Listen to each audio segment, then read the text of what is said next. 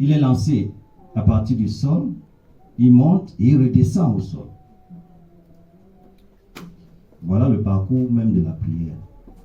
Elle commence sur terre, elle monte au ciel et elle revient sur la terre.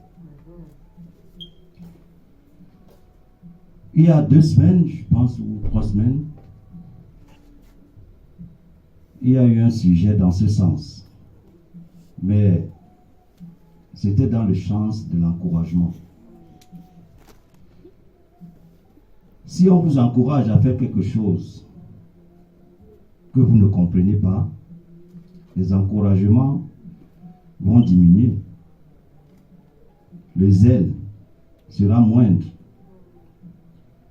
Donc aujourd'hui, nous allons comprendre ce que c'est que la prière.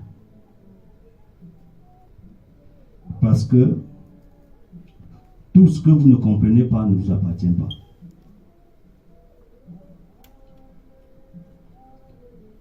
Alors, je vais prendre le même passage qui a été utilisé dans Jacques 5, 13.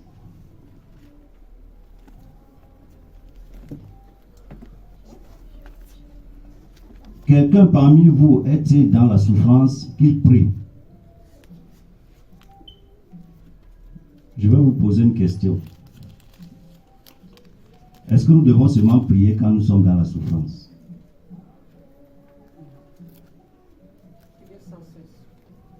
Prier sans cesse. Pourquoi? Pour 2 raisons que nous devons prier sans cesse. Ou même 3. Sans Dieu, l'être humain ne peut rien. Sans l'être humain, Dieu ne fera rien. Il n'est écrit nulle part dans la parole de Dieu que Dieu a fait des choses sur la terre sans l'homme. Le déluge, Noé. Sodome et Gomorrhe, Abraham. Le salut des hommes, Jésus. Dieu n'a rien fait sur la terre sans l'approbation de l'homme. Pourquoi? Parce que Dieu lui a donné le pouvoir sur la terre.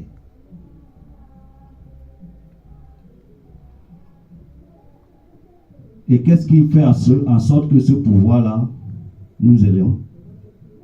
C'est par notre corps fait de terre. Voilà pourquoi Dieu, lorsque Satan a tenté Adam et Ève, il n'a pas pu intervenir. Parce que Dieu est esprit. Il n'avait pas de corps. Or, Satan a prêté un corps de terre au serpent. Voilà pourquoi il a agi sur terre. Dieu ne pouvait pas entrer dans le lion. Dieu n'est pas un animal. Puisque l'homme est l'image de Dieu sur la terre, c'est-à-dire son reflet. Dieu ne peut pas descendre plus que ça. Donc maintenant, qu'est-ce que la prière? La prière est l'autorité spirituelle donnée par Dieu à l'homme. Est-ce vrai? Non, il y a un problème. À l'homme.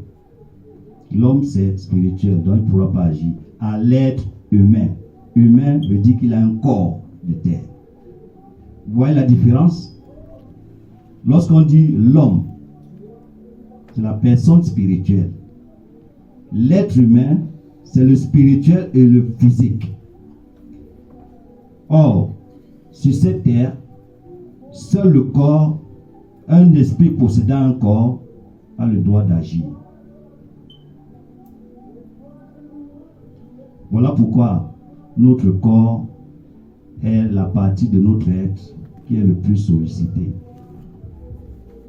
Satan, pour agir, il est obligé d'entrer dans des personnes.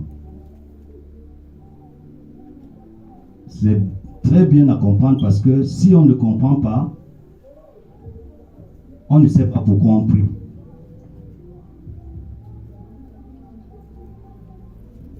Donc c'est l'autorité spirituel donné à l'être humain par Dieu pour lier et délier les choses dans les cieux et sur la terre selon la volonté de Dieu au nom de Jésus. Parce que le nom d'une personne est la personne. Quand on prononce le nom de Jésus, c'est Jésus. Je prends un exemple. Si sur une chaise, on a mis une étiquette qui dit réservé pour monsieur tel,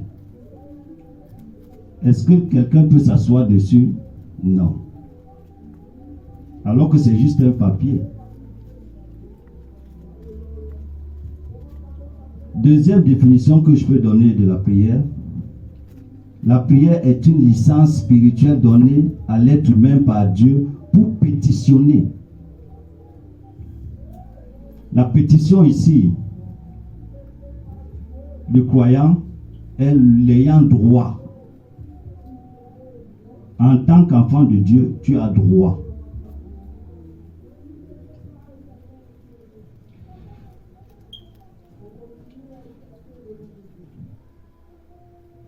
Et une autre définition que je peux donner aussi de la prière, c'est que c'est un droit légal et légitime donné par Dieu à l'être humain pour permettre à Dieu d'intervenir sur les affaires terrestres selon sa volonté, mais soumis au nom de Jésus.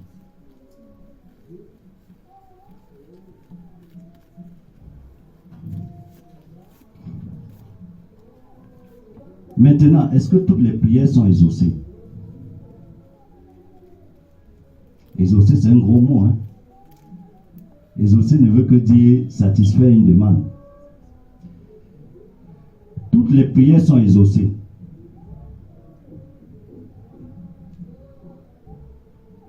Mais est-ce qu'elles sont exaucées favorablement? Non. Est-ce que vous voyez la nuance? Toutes les prières sont exaucées.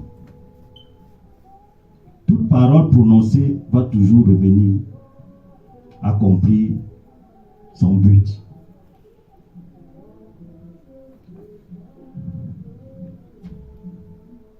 Maintenant que nous avons dit cela, quelles sont les postures que nous devons avoir pour que nos prières soient exaucées favorablement? Parce que c'est ça le but. Le but n'est pas d'être exaucé, c'est d'exaucer favorablement. Ce que je demande à Dieu, c'est ça qui doit venir. Ce n'est pas autre chose. Tout d'abord, la pensée. Pourquoi? La pensée est l'autorité qui te permet d'agir. Tout commence par la pensée. La pensée doit être grande. Pourquoi? Dieu est grand. Parce que ça brise le joug de l'esclavage et de la servitude. Je ne viens pas devant Dieu en tant qu'enfant de Dieu supplier, non. Je viens prendre mon droit.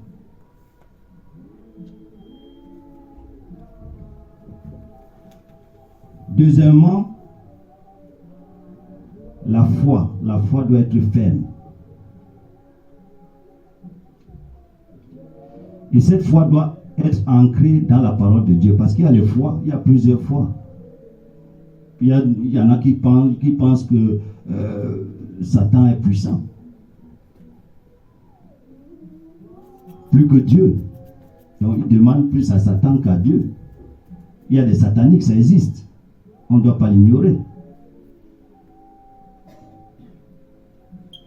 Troisièmement, l'humilité vis-à-vis de Dieu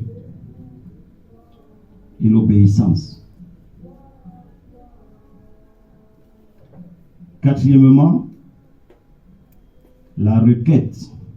Notre prière doit être pour la gloire de Dieu. Je prends un exemple. Pourquoi Dieu vous guérit? Parce qu'il veut utiliser votre corps. Pourquoi Dieu te sauve? Parce qu'il veut t'utiliser. Ce n'est pas pour ton bien.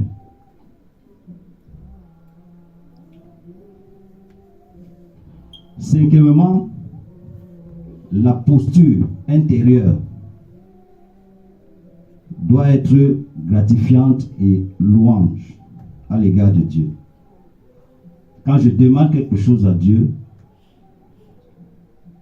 je ne reviens plus dessus. Je lui dis merci. Parce que j'ai déjà reçu, j'ai droit. Cinquièmement, ta vision sur ce que tu veux doit être claire et tournée vers les promesses de Dieu. Donc, il faut savoir les promesses de Dieu. Pourquoi clair? Prenons un exemple. Vous entrez dans un magasin, vous avez besoin de chaussures. Vous entrez dans un magasin de chaussures. Vous dites au commerçant, je veux chaussures. Il va vous demander quelle pointure. Vous n'êtes pas. Il peut vous donner du 40 alors que vous chaussez du 29. Donc vous n'êtes pas clair. Nos demandes doivent être claires et humbles. Seigneur, j'ai besoin d'une voiture. Seigneur, j'ai besoin d'une voiture. Mais vous n'avez pas de permis.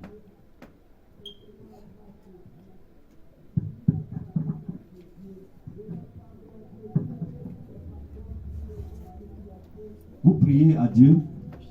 Oh Seigneur, j'ai besoin d'une voiture. Mais vous n'avez pas de permis. Il faut d'abord avoir le permis.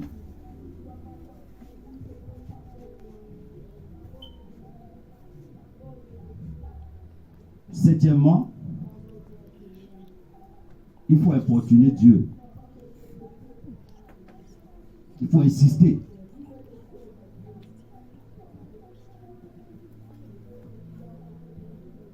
Parce que l'insistance va pousser Dieu à répondre.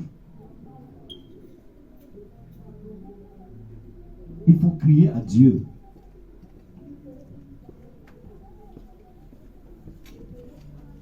Nous allons voir dans la parole de Dieu quelques exemples. 1 Chronique 4, verset 10. 1 Chronique 4, verset 10.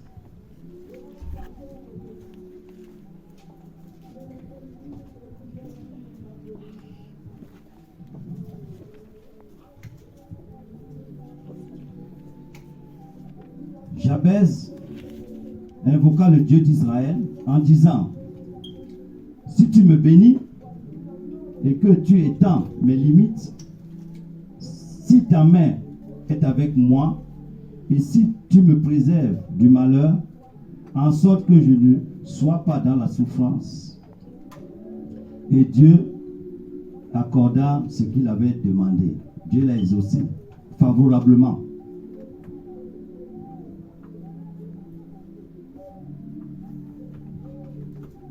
Est-ce qu'à cette époque, Jabez était prophète? Non. Mais il connaissait qui était Dieu, ce que Dieu était capable de faire.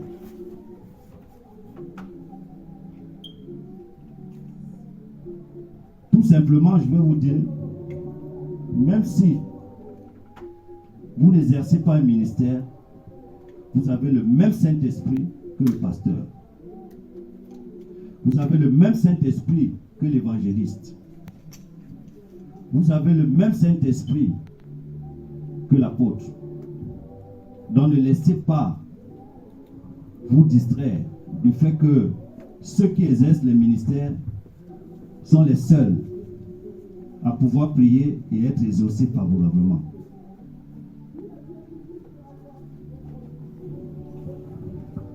Un deuxième exemple dans la parole de Dieu, Luc 11.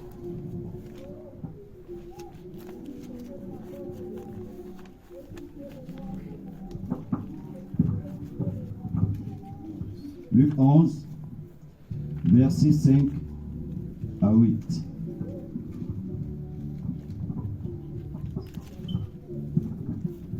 Allô?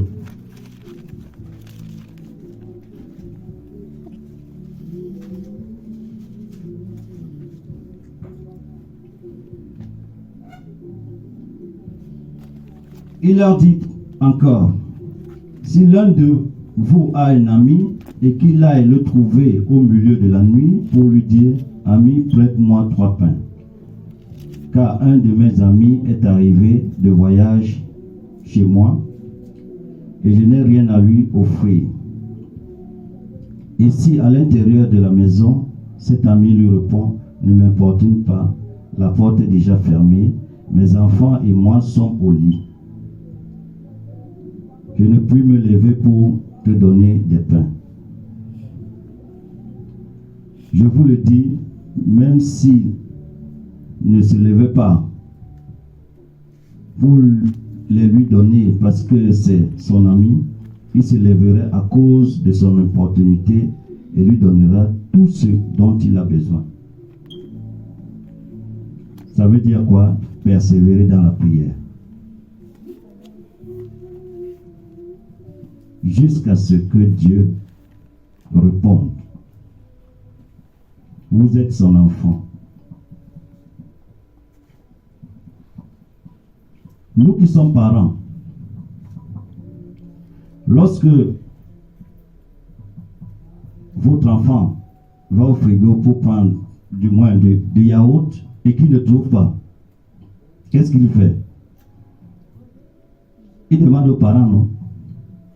Lui ne veut pas savoir comment les yaourts doivent arriver dans le frigo. Hein. Il doit trouver le yaourt dans le frigo. C'est la même chose. Parce qu'il a droit.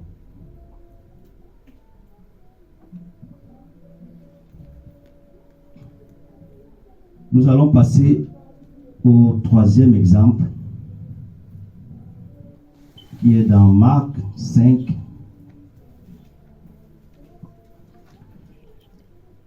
Marc 5, versets 8 à 19.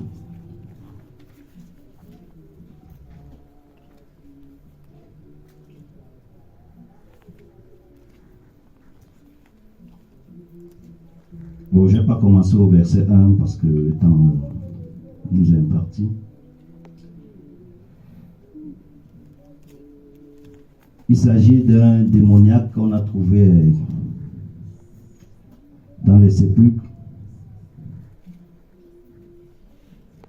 Car Jésus lui disait, sors de cet homme, esprit impur. Cet homme était habité par les esprits impurs qui étaient en lui, qui le contrôlaient.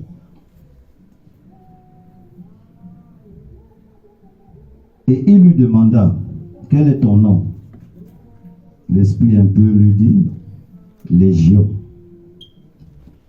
car nous sommes plusieurs. Dans le temps de l'occupation romaine,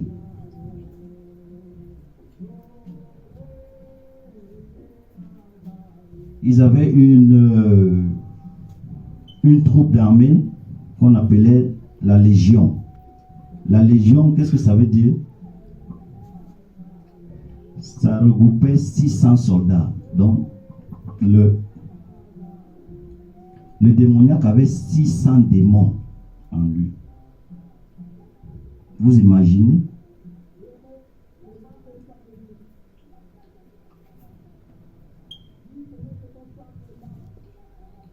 Alors, au verset 10, et il le priait instantanément de ne pas les envoyer hors du pays. C'est les démons qui répondent. Hein.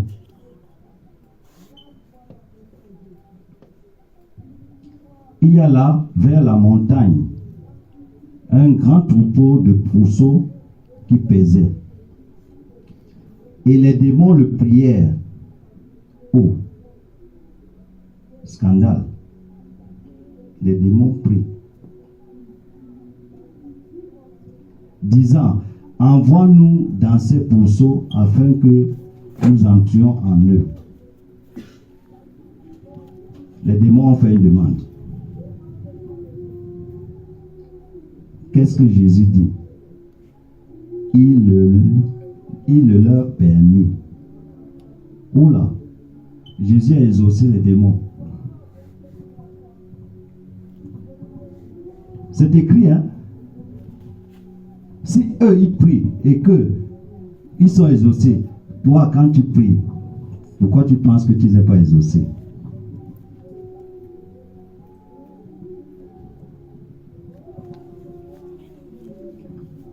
Pourquoi il exauce les démons?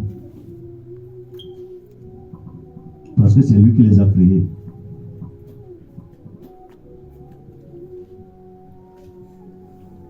Comme Dieu fait pleuvoir sur les bons, il faut aussi pleuvoir sur les méchants.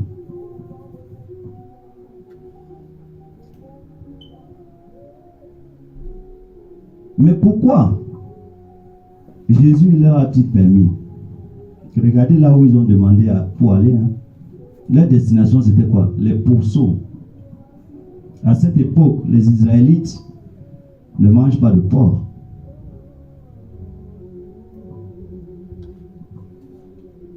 Et pourquoi ils ont demandé cela? Parce que s'ils quittent un corps, ils sont obligés de quitter la terre. C'est pas... La terre est le milieu où il faut avoir un esprit ayant un corps à sa demeure. Voilà pourquoi quand on meurt, ça veut dire que la séparation du corps et de l'âme, on est obligé de partir. Parce qu'on n'a plus de corps. Le corps est à la tombe, on est obligé de partir.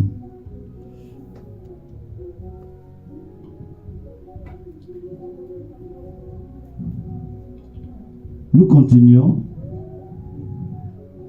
Alors ils entraient dans les pourceaux et le troupeau se précipita des pentes escarpées de la montagne. Il y avait environ 2000 et ils se noyaient dans la mer. Mais de toutes les façons, ils ont quitté la terre. Puisque les pourceaux sont morts, ils ne peuvent plus rester dedans.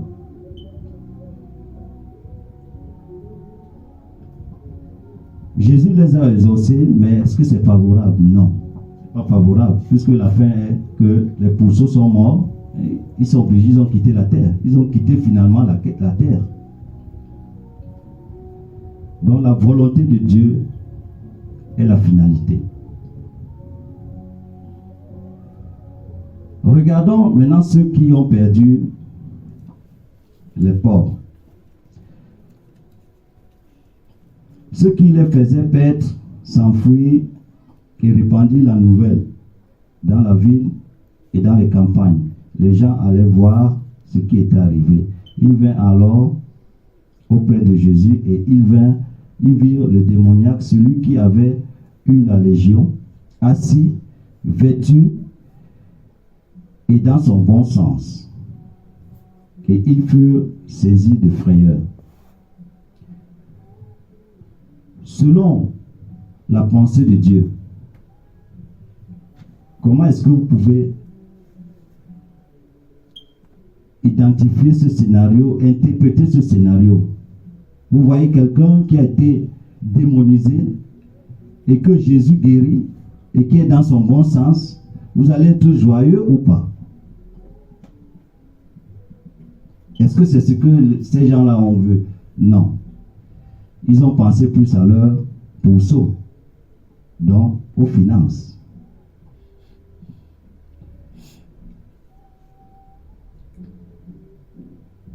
Et ceux qui avaient vu et qui s'était passé,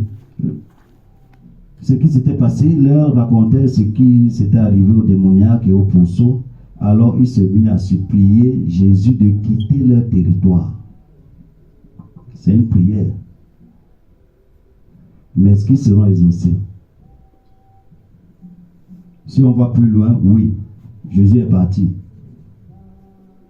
Mais est-ce que c'est favorable pour eux? Non. Vous voyez? Toutes les prières sont exaucées. Mais toutes les prières ne sont pas exaucées favorablement.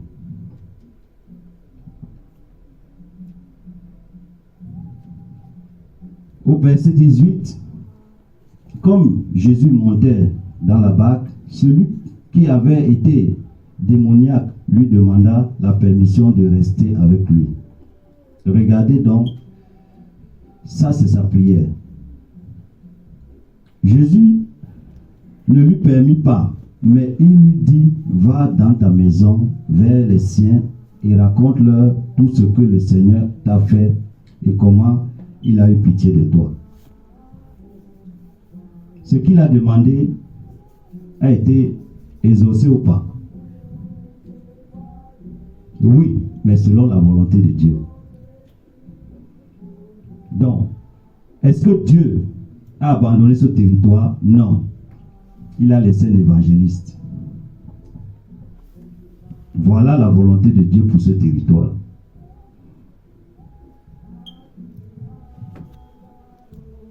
Donc vous voyez que toutes les prières sont exaucées, favorablement ou pas, mais selon la volonté de Dieu. C'est la volonté de Dieu qui s'accomplit. Je vais vous donner un exemple. Si vous êtes sans voiture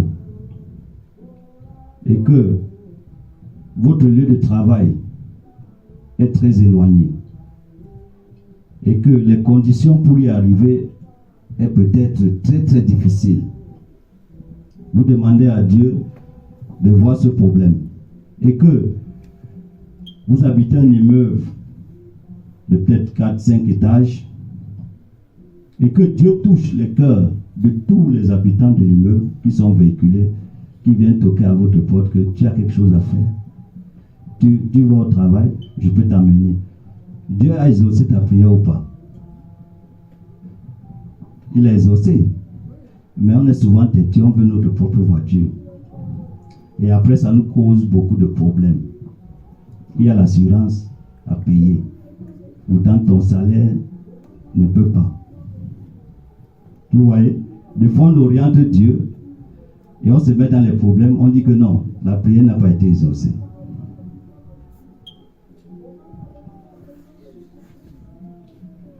Le dernier cas, Matthieu 15, versets 22 à 28.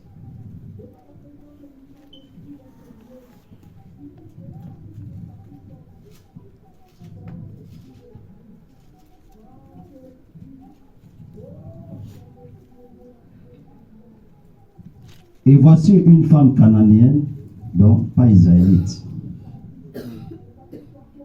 Donc il n'a aucune alliance avec Dieu. Qui venait de ces contrées, lui cria, aie pitié de moi, Seigneur, fils de David. Pourquoi elle le dit? Parce qu'elle avait déjà entendu parler. La leçon que nous devons retenir, c'est que la prière a deux alliés.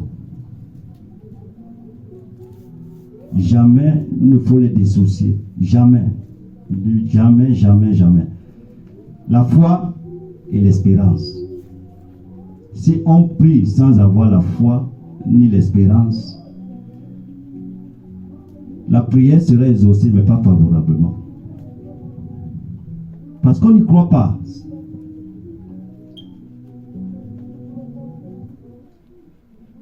Et on n'y croit pas pourquoi? Parce qu'on ne connaît pas. Et on ne connaît pas pourquoi? Parce que personne n'a parlé. Et si personne n'a parlé, ça veut dire que personne n'a été envoyé. Et si personne n'a été envoyé, ça veut dire que personne ne s'est manifesté. Comme le prophète Ésaïe a dit à Dieu, envoie-moi. Est-ce que nous voulons que les choses changent? Si oui, demandez à Dieu de vous envoyer. Nous allons continuer Alors, Jésus lui dit, ma fille, elle dit à Jésus, ma fille est cruellement tourmentée par un démon. Alors Jésus lui dit,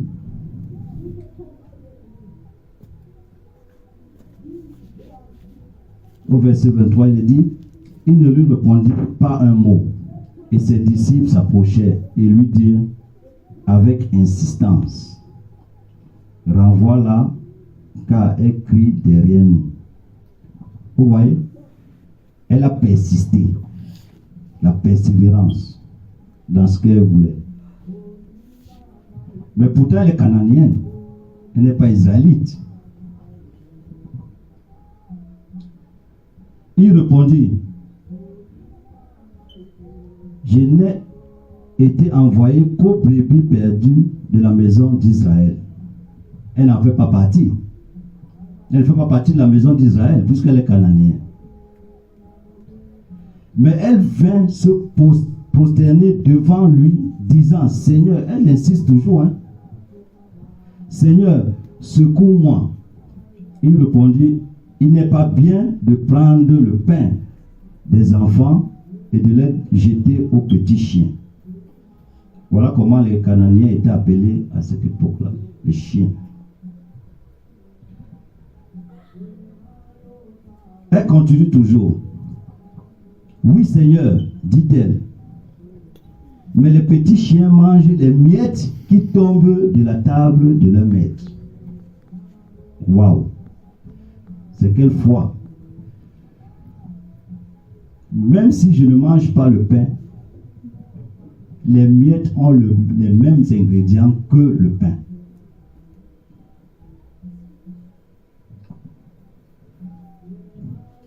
Alors Jésus dit à la femme, ta foi est grande. Qu'il te soit fait comme tu le veux. Et à l'heure même, sa fille guérit. Sa prière était exaucée ou pas? Favorablement ou pas? Elle est israélite ou pas? Non. Parce qu'elle a entendu. Ça a créé en elle un système de croyance. Moi, je vais vous demander une question, et à nous tous ici, qu'est-ce que tu entends en longueur de journée? La parole de Dieu ou les informations du monde?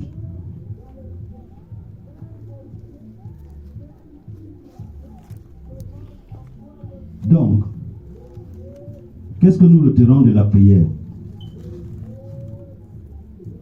Que la prière est un droit légal et légitime. Que Dieu nous a donné pour pétitionner.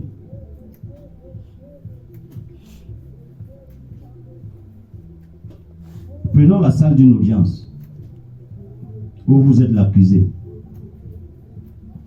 La salle d'audience de Dieu.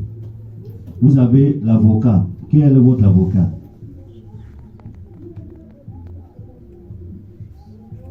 Jésus. Qui est le juge? Dieu. Qui est votre conseiller? Le Saint-Esprit. Mais dites-moi, est-ce que vous allez perdre le procès? Toute l'assistance est pour vous. Comment vous allez perdre le procès? Satan continue de nous accuser. Mais où? En tant qu'enfant de Dieu, je viens à la cour. Toute la cour est pour moi. Comment je vais perdre? C'est ça la prière, la représentation imagée de la prière. C'était bien de comprendre cela. Et parce que la dernière fois, on a été encouragé à prier. Mais si vous êtes seulement encouragé à prier et que vous ne connaissez pas ce que c'est que la prière, ce sera compliqué. Parce que celui qui va vous encourager ne sera pas là tout le temps. Alors que quand vous avez compris quelque chose, que la personne soit là ou pas, vous vous encouragez vous-même. Parce que vous avez compris ce que c'est que la prière. Tout ce que tu ne comprends pas ne t'appartient pas. J'ai un diamant de 10 millions de dollars. Si je ne sais pas que c'est un diamant, n'importe qui peut me l'arracher. Voilà ce qui se passe en Afrique. On nous dit qu'on est pauvre.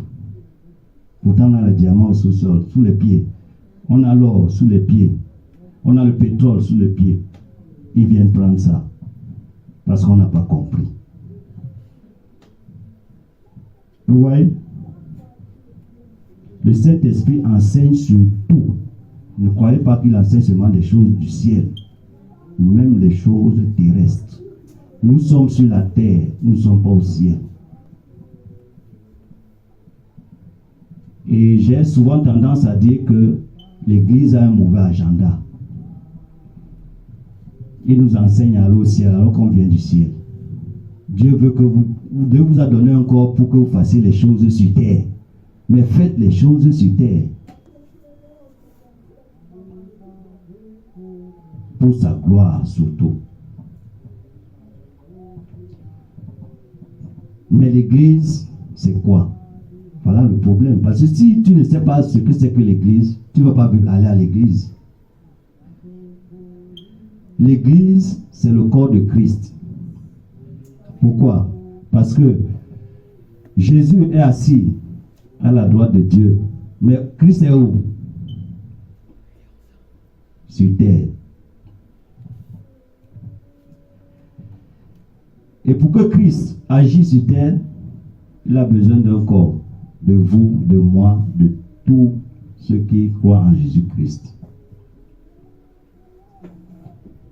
Donc l'Église est l'unité de la foi en Jésus-Christ.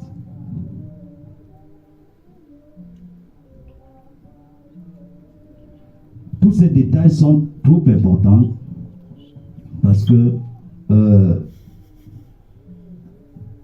la vie, il y a beaucoup de choses qui nous distraient. L'être humain aime beaucoup les images. Pourtant, l'être humain, c'est l'addition entre le physique et le spirituel. On est trop physique, tantôt, souvent on est trop spirituel, mais nous devons être équilibrés.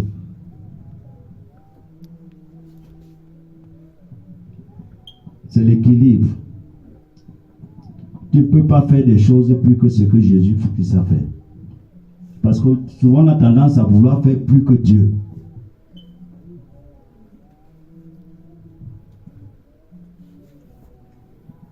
Et on entend le plus souvent, oh, il est gentil. Mais la gentillesse n'est pas dans la Bible. L'ennemi du bon, c'est la connaissance du bien et du mal. Voilà pourquoi Dieu a interdit d'aller. Hein? Vous avez vu? Donc c'est ça le problème. Donc, nous allons terminer par ceci. Que le Saint-Esprit continue à nous révéler la pensée de Dieu, afin que nos prières soient conformes à sa parole et qu'elles glorifient Jésus-Christ, notre Seigneur et libérateur, dès maintenant et dans tous les siècles. Amen.